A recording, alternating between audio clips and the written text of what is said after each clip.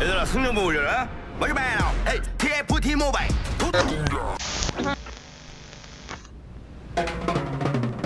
Welcome back, ladies and gentlemen. It's Pog State time in 2021.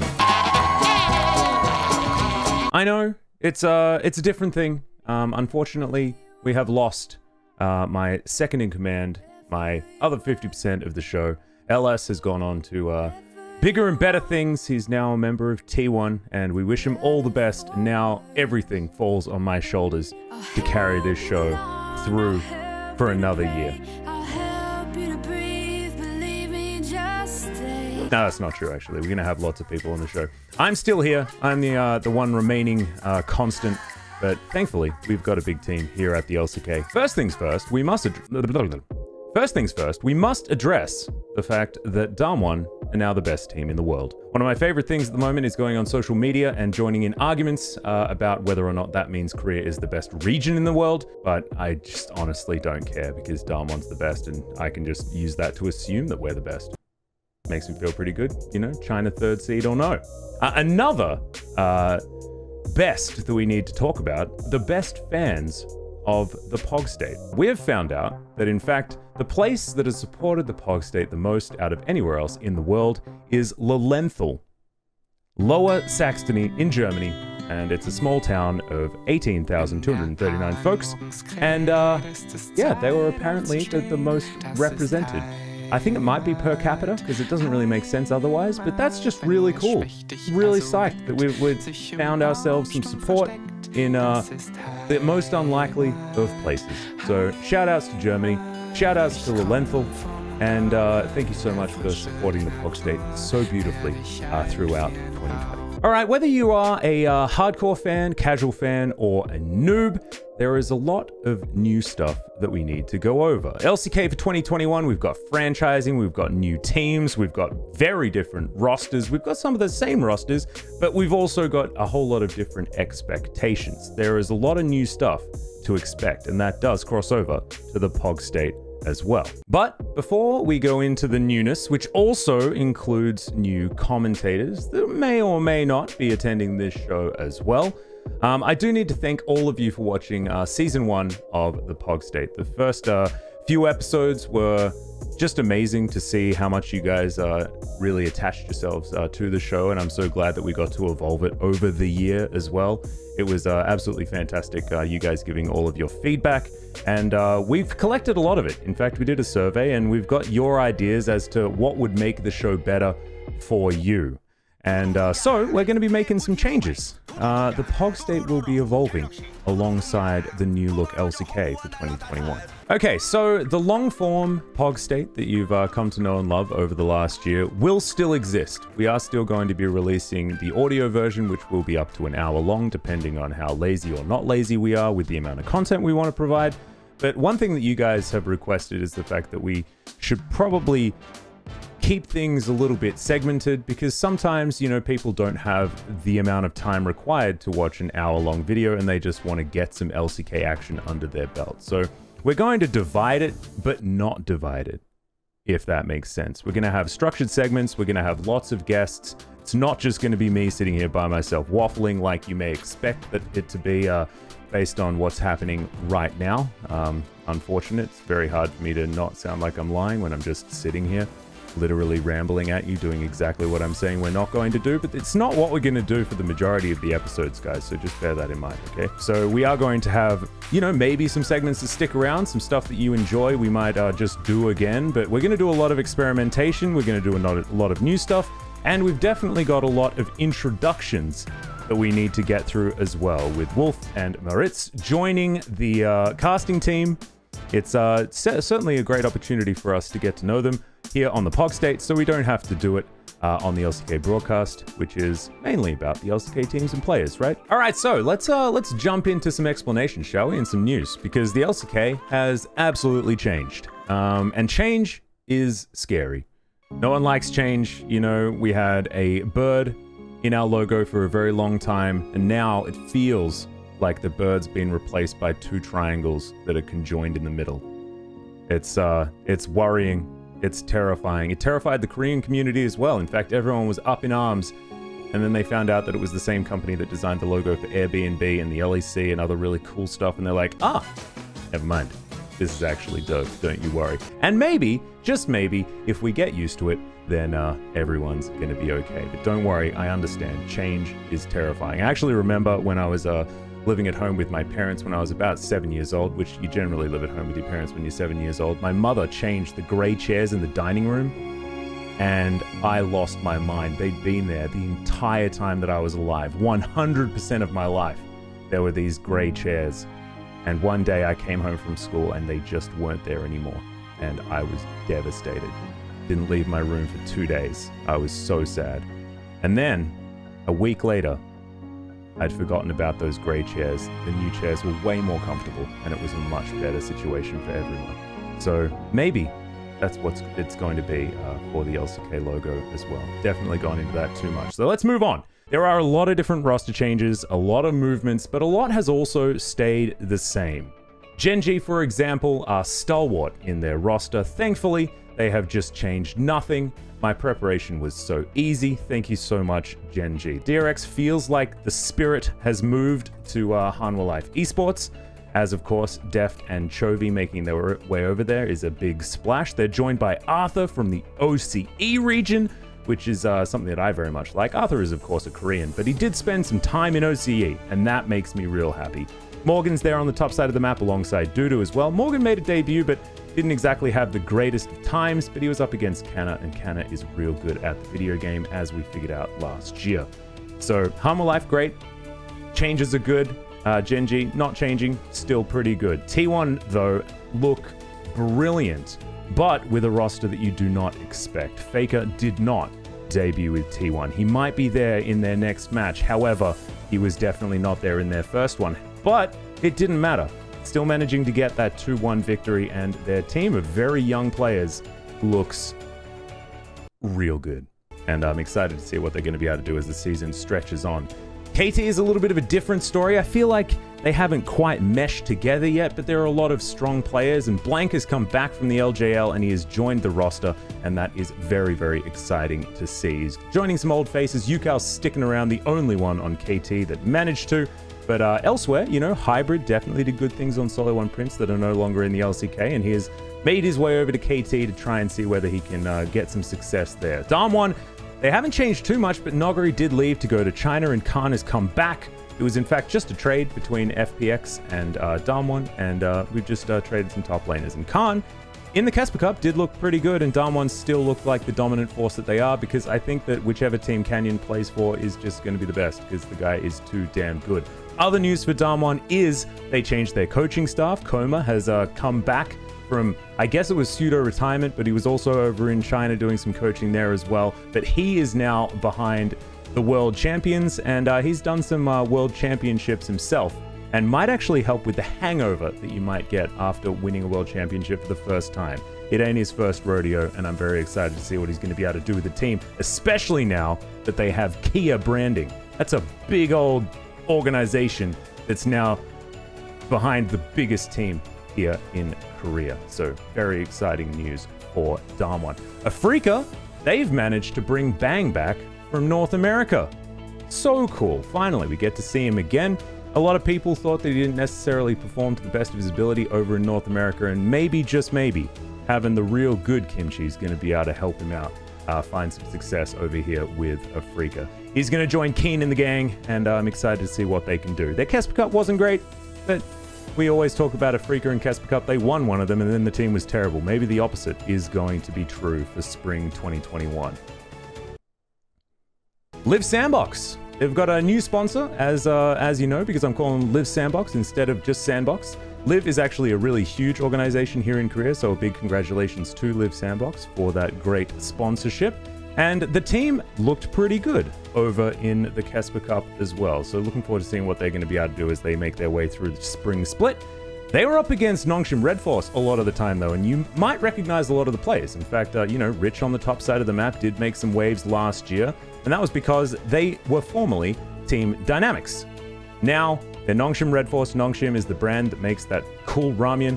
It's in fact probably the most famous ramen in all of Korea, and it's infected the rest of the world as well. I was in like a tiny little convenience store, general store in the mountains of Australia, and they had Shin Ramyun. They did. You can't escape it. It's everywhere, and it's delicious. And now, Team Dynamics is Nongshim Red Force for a reason. The power of the red spicy ramen is coming.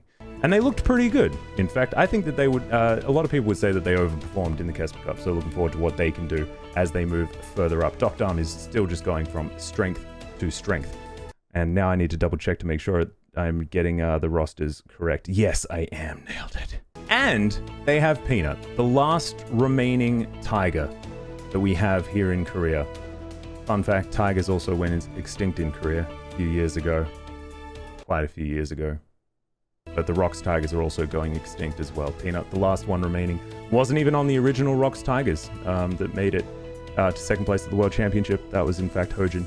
But Peanut, he's back, and he's trying to hold that mantle and carry it through. So looking forward to seeing what he can do back in Korea now that he's not playing for LGD any longer. DRX went boom. We'll have to see what they're going to be able to put together. But that team, just not looking the same. And we have a new team! Oh my goodness, I can't believe I forgot.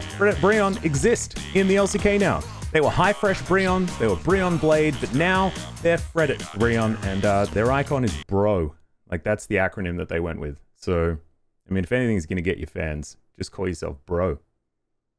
Works pretty well, I reckon. We've changed up the entire championship format for the playoffs here in the LCK. We now have 6 teams that are going to be fighting for championship points at the end of the year. And in fact, our #1 team is going to have to go through a little bit more than just waiting at the top of a gauntlet. And I can hear you, Gen G fans. No longer will you be waiting to see your team get 3-0'd in the final.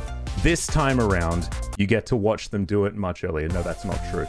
This time, they're going to have a lot more practice in the playoffs before they get to that really soul-crushing, not soul-crushing, that really intense, high-pressure situation.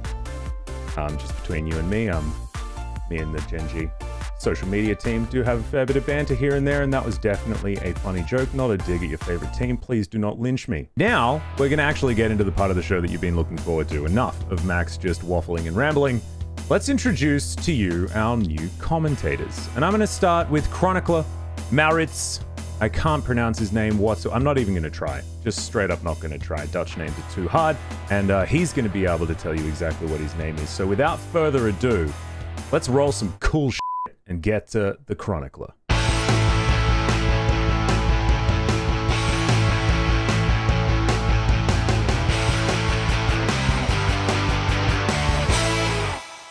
Welcome, Chronicler, to the LCK. You're not quite here yet. You're in fact still in the middle of nowhere, not in Korea, the place where things are relevant. How's things? How's been your experience so far trying to get to Korea first? Ups and downs, I'd say.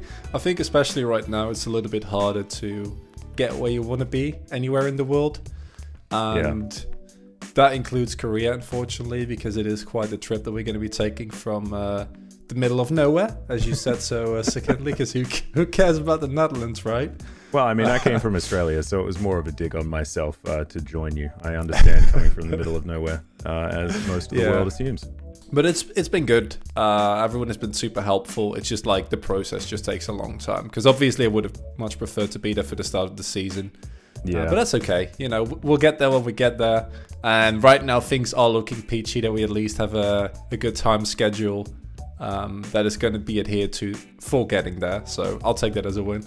Hell yeah. I mean, it took me until March to get there. I think Achilles was about to die when I turned up in Korea for the first time. So I reckon you're absolutely winning, and we're really happy to have you. How about you do a bit of self-introduction? And let's start with pronouncing your name correctly so that everyone understands why I can't.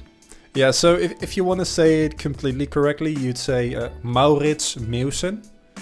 Which I don't think for non-Dutch people is you know, great. I can see you look at me like, why is that your name? And it's tough. Like in international settings, I usually just go by Mau because everyone can pronounce that, which leads to a lot of self-explanatory jokes, I'd say. Yeah. And I have been Yeah, I cast full-time for the last 2 years. Oh, nice. So, what have you been? I know you did some EU Masters stuff. Have you been casting in English predominantly, or which language do you? I know you, you speak a few languages. Yeah, yeah. It's. I mean, I don't think any other languages are good enough to speak in, but I also cast in Dutch, so I really like that as well. But it's is that just the accent? You just cast in a Dutch accent? Is that what you call it? Yeah. I like to think that I cast in Australian and English. So I'm as bilingual as you are, I guess. Yeah, I mean that works, right? You know, there's a lot of depth there. But no, I cast in Dutch for the Dutch and Belgium ERL, and previously just any Dutch gig I could get my hand on, especially when I was starting out. And English I've done. Because I lived in London for a year, right? So I've done a lot of English stuff, and then outside of that, it's just been online cups and tournaments, whatever I could find, really. Yeah, and there's quite a few of those over in Europe as well, right? Like, I like to think that Europe's probably the best region to be in when it comes to actually being an up-and-coming commentator, because a lot of people have found that, you know, being a newcaster in the scene is quite difficult these days. Yeah, it is very rough. I think that... in the Dutch scene has become a lot better. I think English scene, the problem is also that if you look at where commentators come from, it's like UK, Ireland, and then there's so many that come from that region that region specifically is fairly saturated. But I think if you want to cast in your native language, there's no better place to be than Europe, because all the ERLs like get a lot of support from Riot, right? They have built-in legitimacy, so it's a really good way to hone your craft. Yeah, that's really, really cool. And you killed it in the audition, by the way. And I want to ask you that question, actually. I'm just going to go off topic just for 1 second. Do you think Damwon winning the World Championship makes Korea the best region in the world? Oh, yeah, I do. You do? I think there's a lot of argument to be made for, you know, saying that Damwon was a little bit of a, you know, superhero mutant team, which I think is fair, fair to say. But simultaneously, I think that there are teams like Gen G and DRX who, both of which would have gone to at least semis, I personally believe. Because Gen G met the anti-classic Korea team in G2, and Gen G is good, but they're like very stereotypical, a fairly slow Korean team, right? Like they're really good, but they're not very diverse.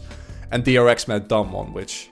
Yeah, we all know how that one goes. I don't know how I feel about that one. So I think that if you had different brackets, it would have... Damwon would have won, indubitably. But I think as a whole, it could have looked very different. Do I think that there's still a gap between Damwon and the rest? Yeah, but I think that people... I don't think the gap between China and Korea is big enough. But like right now, yeah, we're definitely the best region in the world. Hell yeah. I actually think that because, you know, the third seed from China made it all the way to the final, does say something about breadth in the LPL, but a region should be judged by their best. Or inconsistency. Hey, there we go. I mean, we can't really talk about inconsistency because DRX made it to Worlds, and they were the kings of not being consistent. But we'll have to see what they're going to do. You know, a team made around Pyoshik, who actually was playing very well towards the end of 2020. I don't know whether I have necessarily high hopes. I want to know about some other stuff that you've been up to. What are your hobbies outside of playing video games, which I assume you also do? I think that I spend most of my time, especially right now, prepping, right, and like watching leagues. So that's just the full-time job. Outside of that, play the usual, right, like single-player games. I like Nintendo games a lot. Hell yeah, love board games. I used to do boxing as a sport, which right now is very hard. That's to say, it's like not a very pandemic-friendly activity. It is not, no. not even remotely. I really like hiking, and going back to Korea is going to be way better for that, because hiking in the Netherlands, like we're the flattest country in the world, right? There's nothing. There's no mountains.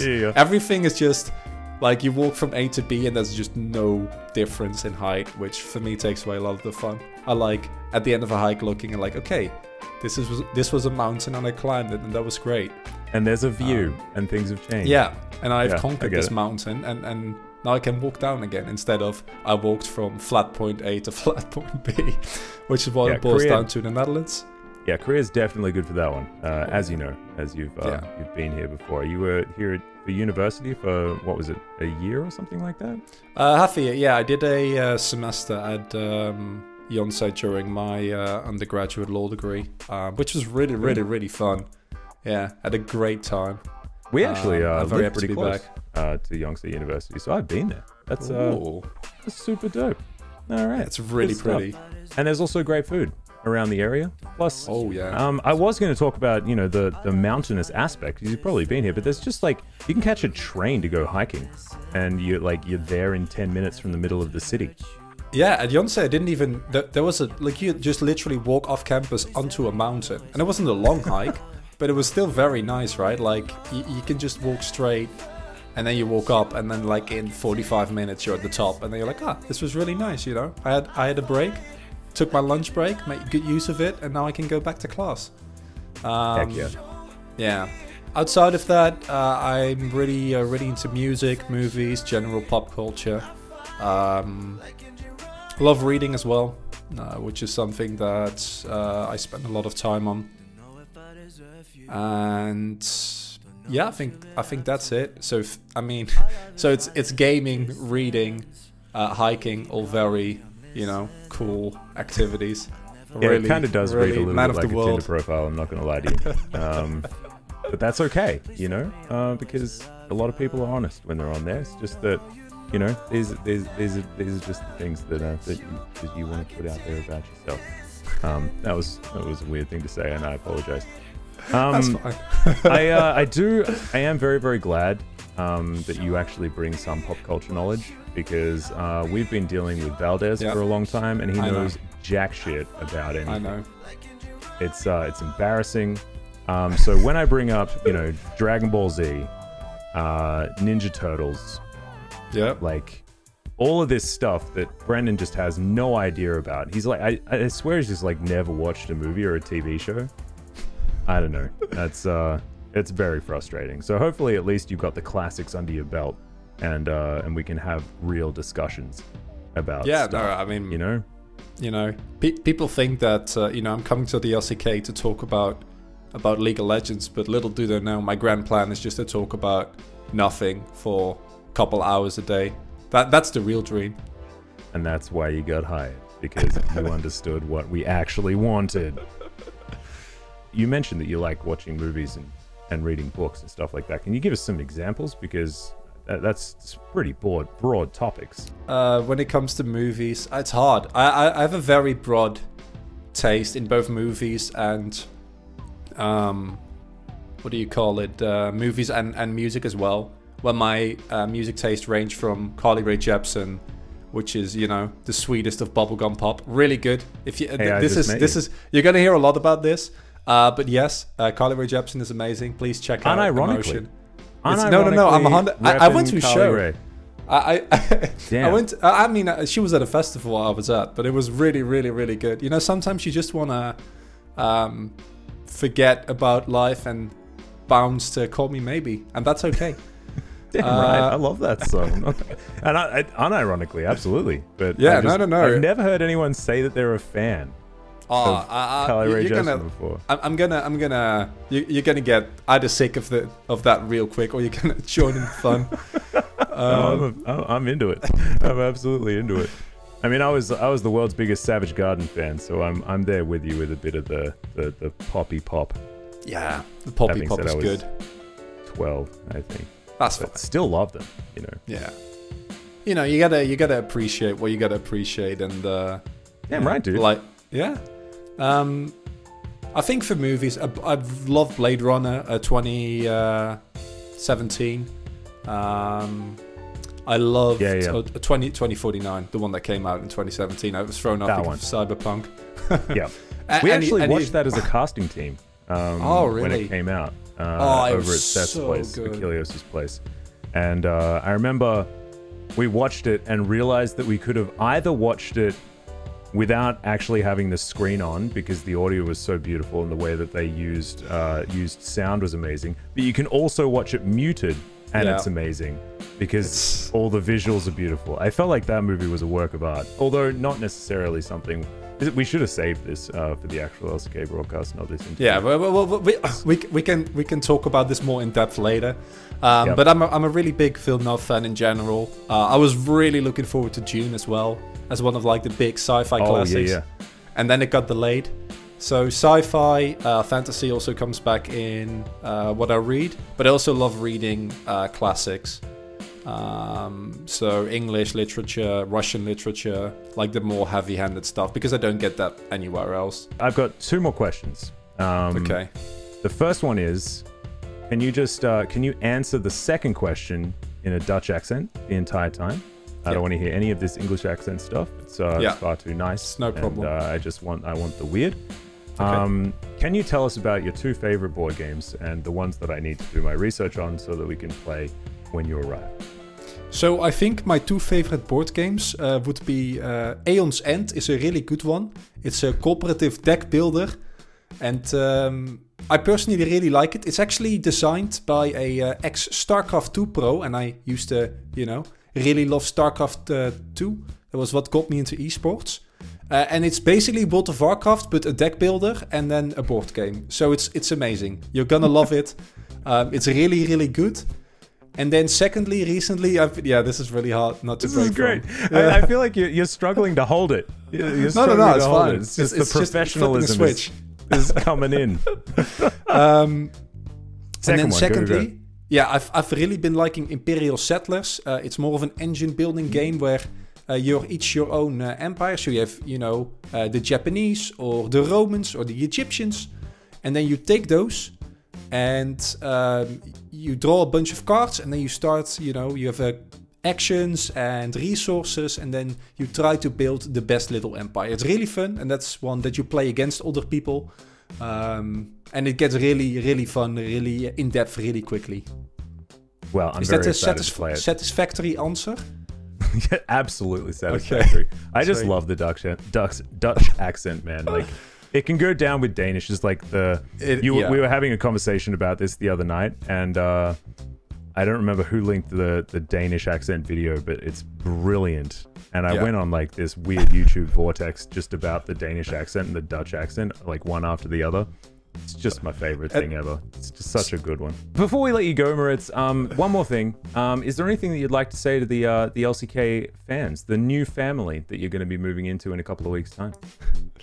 I'm going to assume that most of you have no clue about me, and that's okay, right? That's completely fine. We're going in rather cold in that regard, but I have loved and watched the LCK for many years, and to be able to work on it is an incredible honor. So I'm going to do my very best to share the love that I have for this broadcast and these teams and these players with you guys, and I'm certain we're going to be just fine. Hell yeah, brother. I am too. Very excited to have you on the team. So thank you so much for coming on the Pog State, Moritz, for the first time.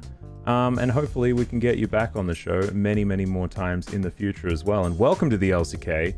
And let's just make sure we can get you on a plane as soon as possible. It's been a warm welcome. I'm really looking forward to it as well. It's going to be amazing.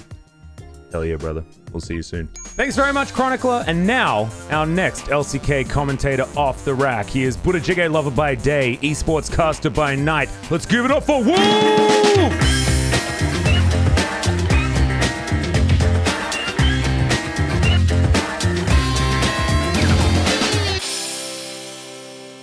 Welcome, Wolf, to not only the Pog State, but the LCK in general. I'm not going to lie to anyone. You and I have known each other for, upwards of 4 years now, and have been hanging out almost every single day since then. So, not going to lie, it's going to be very difficult for me to remember what the right questions to ask are, because I just know everything inherently. But I guess we'll start by saying, how's living in Korea for so long, and how's life outside of esports? I've been in Korea for almost 10 years now. I moved here in 2011, and it's been my home for my entire adult life. So I really love living here. It's an awesome place to be, and I know you've also got to experience that for several years now. So you know how awesome it is to be here, and everybody who gets to work on Korean esports and the LCK relocates to Korea. So there's a pretty big reason why most people don't leave, right? It's because this place is pretty awesome to live in. Living in Korea is extremely comfortable. It's very, very safe. It's very convenient. There's just a ton around the city in Seoul to do, and it's really easy to eat at any point of the day or the night. Tons of cafes, convenience stores. People are really friendly. And since I've lived here for so long, I've learned the language, so that makes living here super easy for me. And yeah, I mean, recently it's been a little bit tougher with conditions around the world, right? But I still think being in Korea, out of any of the places you could be in the world right now, is definitely a top tier place. Yeah, no, I agree. I think it's like, it's still crap, right? But it's crap for everyone, no matter where you are. And I think Korea is doing a pretty good job. And that's great. You know, I'm really glad that I'm here, and I had you when I arrived as well. I remember sitting down for a beer outside a convenience store and you saying, "Don't worry, Max, we'll be able to get you a phone. Everything's going to be okay." And that's exactly what I needed. And I think it took me like a week to decide to like call my parents and say, yeah, no, I think the 2-year deal's off. I just may never leave. And having to have that difficult conversation. But let's introduce you, I guess, to all of the LCK fans who may not necessarily know your breadth of experience in esports. How would you introduce yourself to an LCK fan that may not necessarily know who the heck you are, which I think is weird, but what if they didn't, you know? I think the best way to describe me is that I'm a guy who's been in Korea for a really long time, commentating so many different Korean esports. When I first moved here, I was working on the GSL, which I'm sure you guys have heard of. Tasteless and Artosis work on that still to this day. And then I moved into doing a tournament called Pro League, which in a lot of ways kind of feels like a spiritual precursor to the LCK with a lot of the teams that were in that league. SK Telecom and T1, or SK Telecom and KT, excuse me. And Jin Air. And Jin Air, right? Still in that league, but that's where like the term the telecom war comes from, right? Is Pro League and that big rivalry there between those two teams that then became a rivalry in League of Legends as well. I commentated Heroes of the Storm after doing StarCraft 2, and then I moved into working on Apex, which was the premier Overwatch tournament out here. I did that with you actually. Yeah, I remember that one. Yeah, and we worked on that together, and then I most recently worked on the Overwatch League, so I actually left Korea for the first time in my career to work on the Overwatch League very briefly, and now I'm back here and I'm working on the LCK. But I guess the way to describe my casting style and what I've done for working in Korean esports for so long is really just focusing on player history, player backgrounds, and telling stories, because I think that's one of the most exciting parts of Korean esports. I think for a lot of people, they get kind of wrapped up in the, okay, Koreans are the best, let's do high level analysis only, like this is the elite region of best players. But also, I think we have some of the best stories, if not the best stories, so I like to tell that as well. Yeah, I think legacies is something that we sort of desperately need to highlight, because there's so many, and so many like we have Faker in the league. Obviously, you know, legacy is going to be one of the biggest storylines, but there are so many other players that are not only, you know, returning and they've got cool stories from elsewhere, but also just here in Korea and new and developing stuff. I mean, I completely agree. I think that like being able to add like not necessarily game and team narrative for the year, but like player narrative over, you know, the entirety of the esport, I think is really important. So I really appreciate that sort of approach, but also pretty good at covering the game as well. And you've done it for a few years now, so I appreciate that also. I guess what we also need to go into, Wolf, is what we're going to bring to the LCK broadcast outside of League of Legends entirely, because this is really important. I know that you're also a huge Nintendo fan. You've got a Jin Air Green Wings sign behind you, which is very important for being able to meme. You're also a little bit famous here in Korea. Do you want to explain your extracurricular activities? Sure. The best way to... How do I explain this to people? It's actually it's actually funny to explain this to people outside of Korea, because at the TLDR, it all boils down to I posted a lot of pictures and a lot of memes about me eating a Korean dish out here called budae-jjigae, which is most loosely translated to army stew. And then because I made so many memes about it and made so many funny posts, and then eventually started a YouTube channel, I kind of got famous for loving budae-jjigae and being a foreigner out here who loves budae-jjigae. So then I got on some popular TV shows, and I've done a lot of like big interviews about just my love of budae-jjigae. So I've gotten to be quite known for that out here, and it's kind of funny to explain that to people, because like, why aren't you an esports commentator? And then some people ask me like, well, you're really popular. Why are you still doing esports? Like, shouldn't you just be a TV star or something? And first of all, I don't think my Korean is perfect enough for television. Or, you know, people ask me, like, do you commentate in Korean? Like, my family asks me that all the time still. I'm like, no, I don't do that. Like, I'm fluent, but I'm not that perfect at Korean. But yeah, I mean, I love doing esports still, so this kind of started as like a hobby for me to post like meme pictures and try to improve my Korean, and it just kind of kept growing, and it's been like a really fun side hobby for me. And I love Budae-jjigae, it's not a lie. I mean, you know how much I love it. I talk about it. I know, I've had it with you. Yeah. I understand. There is a lot of passion there. I do have one question about it though. If you've got your esports life over here and you've got your Budae-jjigae life over here, and we were to make an analogy based on, like, you know, Batman and Bruce Wayne, for example, Superman and Clark Kent, whichever one you prefer, which one's Batman and which one's Bruce Wayne? Ooh, that's actually a really good question. I think if we boil it down, no Budae-jjigae pun intended, but I think the Batman is esports and the Bruce Wayne is Budae-jjigae and the like Korean, you know, D-list celebrity life, you know. I sort of like, that's what I would have assumed. That's what I would have assumed, you know, because like eating Budae-jjigae and being like, you know, a just chatting streamer, I guess, when you're like doing shows like that, you know, like the mukbang type style thing. I feel like that's way more socially acceptable. And then like you get home and you put your suit on, which is basically your suit, like your super suit or your casting suit, and then you go and do what your heart really wants to do, which is yell about video games. Oh, it's beautiful. I actually feel like now you're just Batman in my brain, and that only makes things better. I need to get honest. Like a mask for casting as well. Even though you guys all know it's me, it's like it's a secret.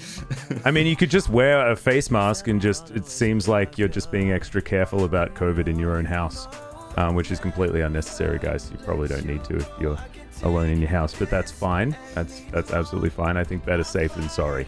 Sure. I don't know why I needed to say that. Wear a mask if you want to. Totally fine.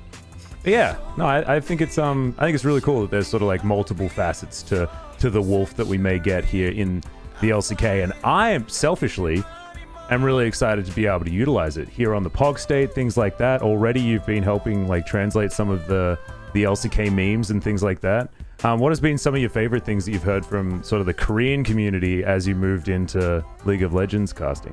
The Korean community is very I don't want to say strict, but they're very critical of the players all the time. But also, when a player does really well, they really hype it up. So I feel like the Western audience is often also critical, but they draw like broad sweeping generalizations, I think, whereas the Korean community, in my experience, focuses on high highs and low lows. So sometimes you get like the most extreme of memes because of it. And Yucal recently, you know, was the big meme of the broadcast we did yesterday. Yeah, the getting his memory back Yeah, thing. Getting his memory back because he's playing with another jungler that doesn't know how to smite in blank, which I thought was really funny. And like, I love that the Korean community does just like kind of latch on to the legacy memes as well, and they bring old memes back from years previous. So I'm always gonna have my ear to the ground on what the Koreans are saying and try to bring that into the broadcast. Actually, I really love that it's all nostalgia based. Like all of the stuff that comes from the Korean community that they really latch onto, it's all like, you know, we've got the 612 meme for blank as well, but like understanding that Scorm like missed every smite, things like that, you know, like the Gangplank ulti stealing it with 2 health and all that sort of garbage. Like the fact that the Korean fans are all so in tune, and then when one person remembers this thing, everyone's like, oh yes, I remember that time, it was so good. And I think that can be dangerous, because I think you're right. You know, there's a lot of passion, and sometimes when that goes the other direction, it can get a little bit frightening. Thankfully, T1 are doing very, very well at the start of this season, so we're not seeing too much of the negative side of it right now. Plus, Faker played, you know, may not have won, but they don't beat the world champion, and you're upset about it, then you're a bit silly, in my personal opinion. And I think that T1 have been playing very, very well. And I guess the last question is, what's your opinion on the LCK at the moment? Who do you have your eye on, and who would you say would be like a dark horse that you'd give in the LCK? I think the top 3 is pretty clearly defined now that we've had all the teams play as Dom1, Kia, and T1 and Gen G at the moment. And, you know, spoilers, we'll see what the results are when this comes out, but, you know, Nongshim is playing against Dom1 Kia tonight, so maybe we'll see some shifts around that if maybe there's an upset. I don't think there will be. Dark horse, though, for me, has definitely been Live Sandbox. I've been kind of looking at this team, thinking that Croco is insanely good. They're a pretty strong team. They play well around the macro game. Their drafts always have a really clear theme. And also, I want to say, I feel like DRX has been pleasantly surprising so far. Weirdly surprising, right? Yeah. It's like they shouldn't be able to make stuff work, and they make some stupid decisions through entire games, and then they're fine. I don't understand. Yeah, their late game decision making is so good, which is crazy for a team that's not as experienced as some of the other teams that they're playing up against. So to make really good decisions under high pressure situations means that once they get the early game down, and once they get down some of the nerve issues that they seem to have to early and mid game, if they can make the perfect right decision as quickly as they are right now in the late game every time, this team suddenly becomes really terrifying. Yeah, no, I think it's a really good point. I hadn't actually really thought about it. I was busy trying my best not to get excited about KT, and that's sort of been my experience over the last few days. And, you know, when you're trying not to do something, it's like blinking. When you're thinking about blinking, all you do is blink. And I did it, and now I'm just blinking all the time. What would you say your top 3 loves would be? Like, I guess franchises in any sort of pop culture genre. I mean, I guess one is like restaurants and food and stuff like that, which is tougher to reference outside of Korea, unfortunately. But, you know, you and I talk about all the restaurants we go to all the time, what we like, and where they are, and, you know, what we should be trying, and et cetera, et cetera. Which, you know, could be fun for the global viewers to know at least like what we like to eat out here. That's the obvious one, obviously, with my budae-jjigae love and all that. I'd say video games, and especially retro games. I don't know how well you'll be able to see my collection of video games. I'm actually surprised you didn't lead with Fire Emblem. I thought you were going to lead with Fire Emblem, actually. Yeah, I mean, I love Fire Emblem. I love Monster Hunter. There's a lot of series out there that I really like. I mean, I'm a huge F-Zero fan, which I think to the younger generation probably doesn't mean anything, but... That's Captain Falcon, isn't it? Yeah. Is that a fighting game? I love F-Zero, Fire Emblem, and Star Fox. Those are my favorite game series ever, and, you know, you can see some of that back there. I love Smash Bros. As well. I'm a huge Smash Bros. Guy. So gaming outside of, you know, esports, just in terms of like playing video games, especially older retro games, I love that. And I don't know, I like really dark TV shows, you know, like Breaking Bad and The Wire, and, and any show that's gonna make you think about things and maybe make you feel a little bit depressed after you watch it, you know. So I like that kind of TV drama. Moritz and I actually had a conversation about this as well. He's a Carly Rae Jepsen fan, but also likes watching, you know, dark drama television, which I think is a great demonstration of light and shade. And I think you're right there as well, because another thing I'm gonna completely hijack once again and explain a thing about Wolf that I think is wonderful.